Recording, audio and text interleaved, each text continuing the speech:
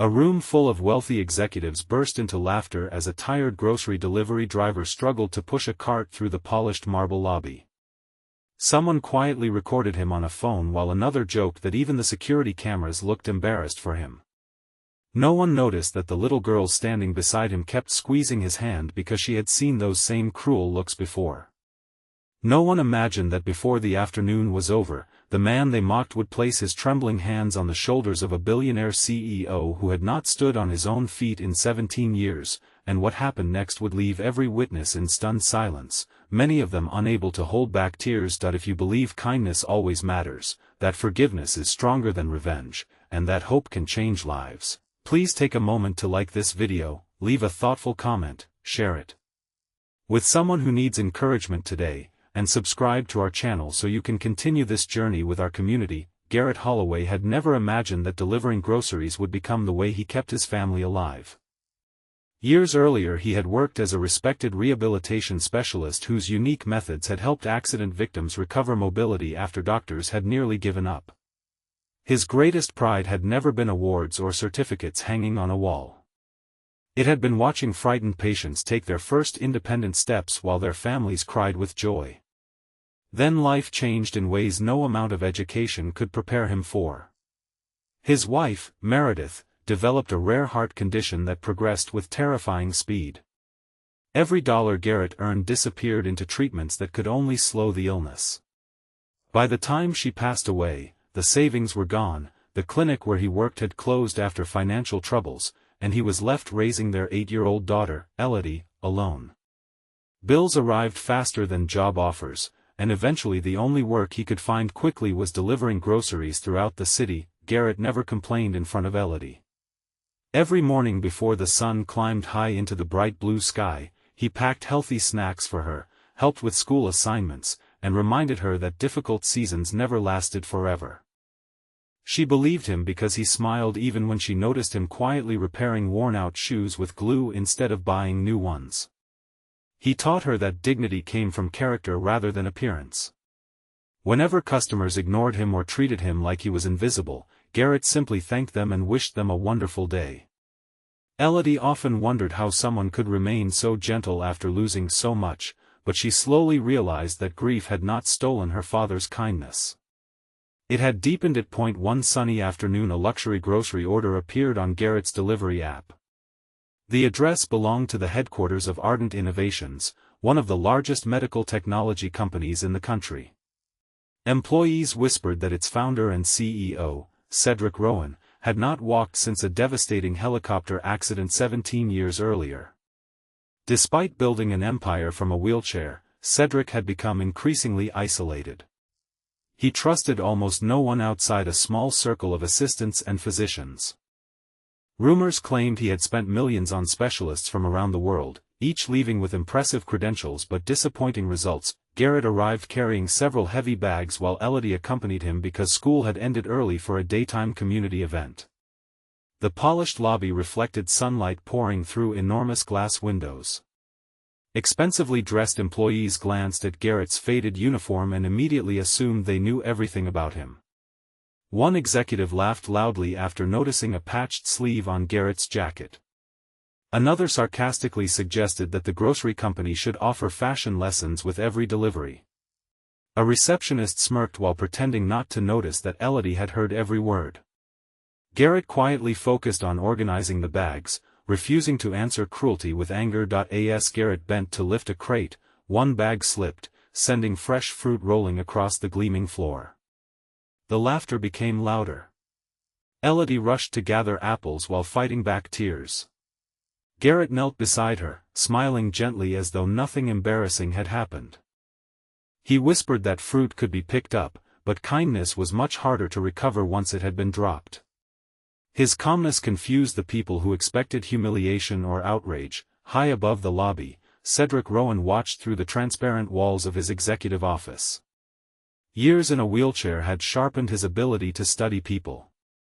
He recognized fake confidence, rehearsed compassion, and ambition disguised as generosity. Yet the exhausted delivery driver below displayed something Cedric had not witnessed in years. There was quiet strength without bitterness. He instructed his assistant to bring the driver upstairs. Employees assumed Garrett was about to receive a complaint for delaying the delivery.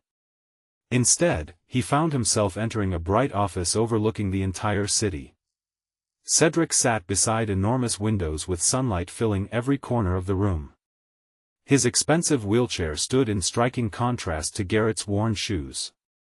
For several moments neither man spoke. Cedric simply observed the delivery driver with curious eyes. While placing groceries into the office kitchen, Garrett noticed framed medical articles describing Cedric's spinal injury. He politely looked away, unwilling to invade another person's privacy. Cedric caught that respectful gesture immediately. Most visitors stared at the wheelchair. Garrett never did. Cedric eventually asked what Garrett had done before becoming a delivery driver. Garrett hesitated before quietly explaining his years as a rehabilitation specialist. He spoke without self-pity, describing patients rather than personal achievements. Cedric listened more carefully with every sentence. None of Garrett's words sounded like someone trying to impress a billionaire. They sounded like someone remembering work he genuinely loved. Cedric surprised himself by asking whether Garrett believed improvement was still possible after 17 years. Garrett answered honestly inside his heart before carefully explaining his thoughts. Every injury was different. Every body remembered movement differently. Complete recovery could never be promised. Yet human beings sometimes surrendered hope long before their bodies reached their true limits. Rehabilitation required patience, courage, trust, and thousands of tiny victories invisible to everyone else. Those words lingered in Cedric's mind. Instead of leaving immediately, Garrett noticed that Cedric's shoulders remained unusually tense. Years of limited movement had created patterns of stiffness that Garrett recognized instantly. With permission, he demonstrated a few gentle positioning techniques using nothing more than careful guidance and knowledge built through decades of experience. Cedric felt muscles relax in ways they had not for years. It was not a miracle.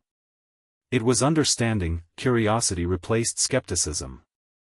Cedric invited Garrett to return the following afternoon after his delivery route ended. Garrett almost declined because he needed every hour of work, but Cedric insisted he would compensate him fairly. Garrett accepted only after making sure the sessions would never interfere with caring for Elodie. The following weeks unfolded entirely beneath bright daylight. Garrett never promised impossible outcomes. Instead, he rebuilt forgotten confidence one careful movement at a time. Rather than focusing immediately on walking, he strengthened balance, breathing, posture, and muscles neglected for nearly 2 decades. Cedric grew frustrated countless times. His body shook with exhaustion. Progress often seemed invisible. Yet Garrett celebrated every tiny improvement with genuine excitement because he understood that hope survived through small victories. Elodie sometimes spent afternoons reading quietly in the rehabilitation room while finishing homework. Cedric gradually became fond of the cheerful girl who never treated him like a billionaire. She spoke about school projects, favorite books, and dreams of becoming a physical therapist because she wanted to help families the way her father once had. Cedric realized that Garrett's greatest success had not been healing patients. It had been raising a daughter whose heart reflected his own. Meanwhile, executives inside the company mocked the unusual arrangement. They believed Cedric had become desperate enough to trust a grocery delivery driver instead of internationally celebrated physicians. Some secretly prepared documents to replace Garrett after the inevitable failure they expected. None of them noticed Cedric becoming stronger each week. One afternoon, Garrett uncovered something overlooked for years. Cedric's greatest obstacle was no longer only physical. Fear had quietly imprisoned him. Every failed treatment had convinced him that another disappointment would break whatever hope remained. Garrett encouraged him to stop measuring success by walking and instead measure it by courage. Once fear loosened its grip, Cedric approached every exercise differently. Months passed beneath warm daylight skies. Then came the 17th anniversary of Cedric's accident. Employees gathered in the company's sunlit atrium for a charity celebration honoring medical innovation. Cameras documented every speech. Investors filled the audience. Garrett arrived only to deliver groceries for the event before quietly preparing to leave. Cedric stopped him. Everyone watched as Garrett wheeled Cedric toward the center of the stage. Confused whispers spread through the audience. Executives exchanged nervous looks. Some remembered laughing at the grocery driver weeks earlier. Garrett positioned sturdy support bars nearby. His own hands trembled, not because he doubted Cedric, but because he understood the emotional weight of the moment. He reminded Cedric with gentle eyes that success was not standing forever.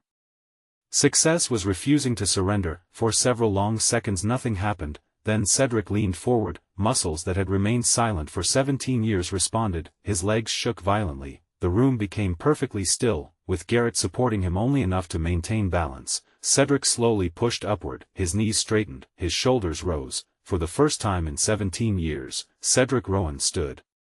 Only for a few precious moments, only with assistance, but he stood. The silence shattered into stunned gasps followed by overwhelming applause.